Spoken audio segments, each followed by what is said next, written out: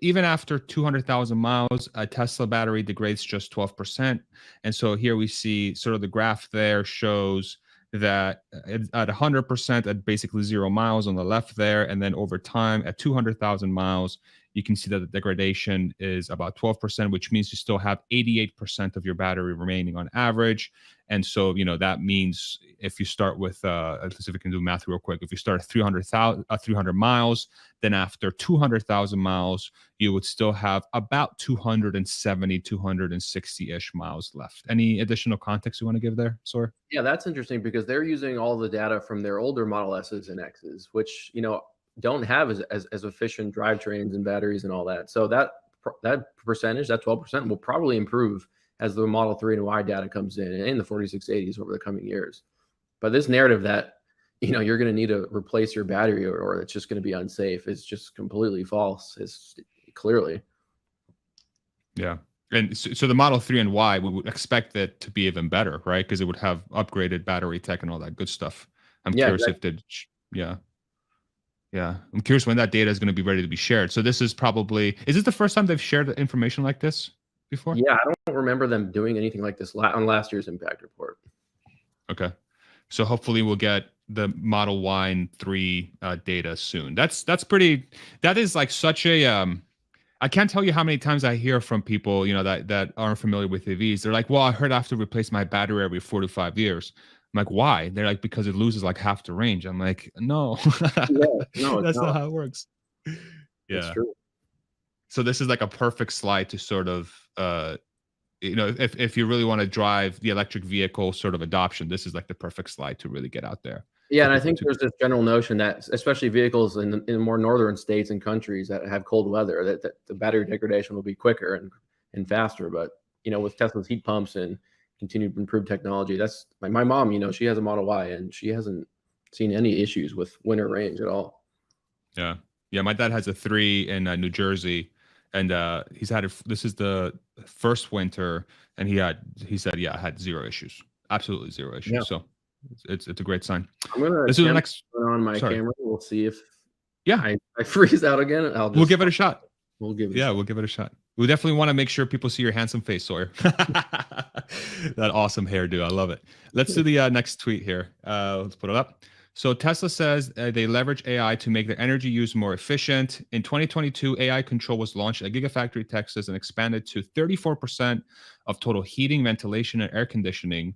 The AI Control policy enables HVAC systems within Gigafactory to work together to process sensor data, model giga dynamics, and apply control actions. So go ahead and pull up that picture there, producer wife, so we can help the audience see this a little bit better. So you can see that there's sections where it says AI off and AI on, AI off and AI on, and then the green line is how much energy is being used. And so you can see that anytime the AI is off, the more energy is being used, and then when the AI is on, less energy is being used. And so this is kind of proof that says, hey, the system is helping us lower the energy, which also helps us lower costs. Any additional context there, Sawyer? Yeah, I mean, I think Tesla's in-house AI team, this again speaks to vertical integration. I think they are using AI for multiple things, including their Megapack business, their energy storage business uses AI to make that whole segment way more energy efficient. And I think they just rolled out an update actually that'll save a lot of their partners a lot of money, millions of dollars, in fact. So yeah, they'll continue to do this probably throughout all their factories. Awesome. Let's do the next slide. This one, actually, let's not do the next slide, because this one is, I think, also speaks to just how they're, like, to your point, the full self-driving team that they created literally allowed them to do this in-house, and the Dojo team that they created literally allowed them to do this. Like the vertical integration piece is not, it's not well understood, and like this is going to allow them to lower costs over time, and they start with energy. Where else can they use this technology for? I feel like the opportunities are endless here. Is that how you think about it too? Yeah, we don't even know what extent Dojo is really being implemented and in what areas. So that could actually really change things in various, in the Megapack business too. But also, it'd be curious to see next year if they include similar data on next year's impact report, how that changes over the next 12 months. Yeah, cool. Let's do the next one here. I think there might be 2 more that I want to highlight. Let's pull it up. And Model 3 is the first EV to be priced on par with ICE vehicle equivalents, even before taking into account federal and local incentives. So go ahead and pull that up real quick, producer wife. So you have a starting price for the midsize premium sedan. So the Model 3 rear-wheel drive is $39,900, and then the Audi A4 is $40,000, the 3 Series is $43,000, the C-Class is $44,000. And again, this is before really any major EV incentives. Any context there, Sawyer? Because this one seems like a big deal. Yeah, I know that they are wanting to compare their Model 3 to the luxury segment cars, but I actually like the comparison to the everyday cars, such as the Toyota Corolla, the RAV4, and the Honda Accord, because now with the new EV incentives and the Model 3 starting about 40 grand, they're actually on par with the higher trims of the Honda Accord. The Model 3 real drive, I believe, is the same price as a Honda Accord Touring, and as a Camry V6, whatever that trim is. And same with the Model Y, actually. That's a similar price to the higher trim of the RAV4 hybrid, I think. So I think those are probably the more important comparisons, because that gives a better perspective of how much the prices come down recently and how affordable these Teslas really are. Because I think when people think of BMW or Mercedes, they're like, those are really expensive vehicles. But when you think of Toyota and Honda, you're like, those are the vehicles for the everyday average American, right? So I think that's, and I put a tweet out, I think last week, I want to say, sort of giving people a price breakdown of all the. Oh. Uh-oh. Lost you there, Sawyer. Oh, no. Back. Okay. that one lasted for a while, though. We got it solid like 5 minutes. I'll take it. So yeah, we'll take it. We'll keep it. Yeah, it's funny because I actually, my parents and their friends visited us last week, and their friends were like, how much does your car cost? I have a Model Y Performance. I'm like, how much do they go for now? How much do they cost now?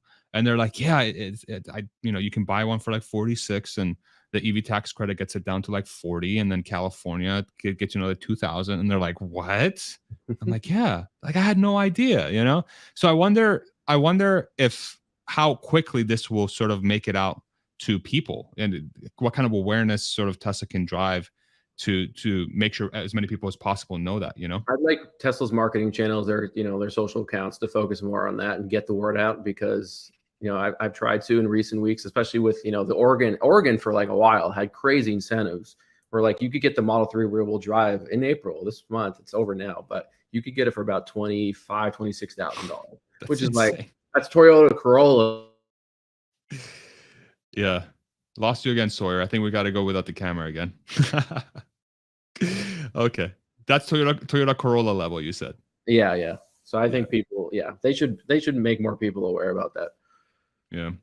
There is another tweet that sort of highlights the cost per mile as well. Can you bring that up, producer wife, when you get a chance? It's one of the two. Perfect.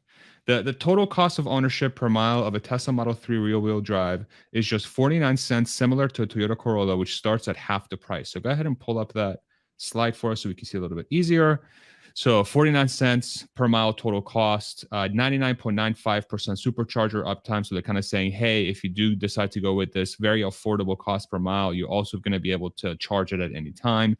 Super safe, lowest cost per watt solar, and failure rate of energy products. That's sort of another piece of their puzzle. But that 49 cents per mile total cost of the Model 3, similar to a Corolla, like that needs to be its own sort of like thing that every week they're like retweet. That's kind of what you're talking about, right? I saw someone say each one of those 5 categories could be their own advertising campaign, which is kind of true, actually. Yeah, that first one is super important to focus on. Why do you think the reason why the company hasn't sort of spent a lot of time pushing that narrative is because maybe they don't have the production necessary to keep up with what could be the demand for it? Or do you think it's more that people aren't comfortable yet in taking the plunge because of the hesitancy around EVs? Like, how do you think about that? Well, before it was production capacity. They just didn't have it, and they didn't want the waits to get 2-3 years long. That's good for nobody. But now I think they're at a point where, demand is probably below production capacity for the most part. I think with the price cuts, if they aren't working to increase demand, that can mean various things. It's either it's still too expensive in the eyes of potential buyers, or lack of knowledge that the price cuts even happened, or general lack of the product's existence or features or capabilities. Could be competition, although less so, I think, in this case. And it could be, economy and recession fears and higher interest rates. I think the other question is, how fast is, Tesla selling these cars? Elon said, the order rate was 2x production on the Q1 earnings call, but was it that because they just made price cuts like the day before, or is that like a sustained rate? So we'll have to see, I guess, in the next delivery report.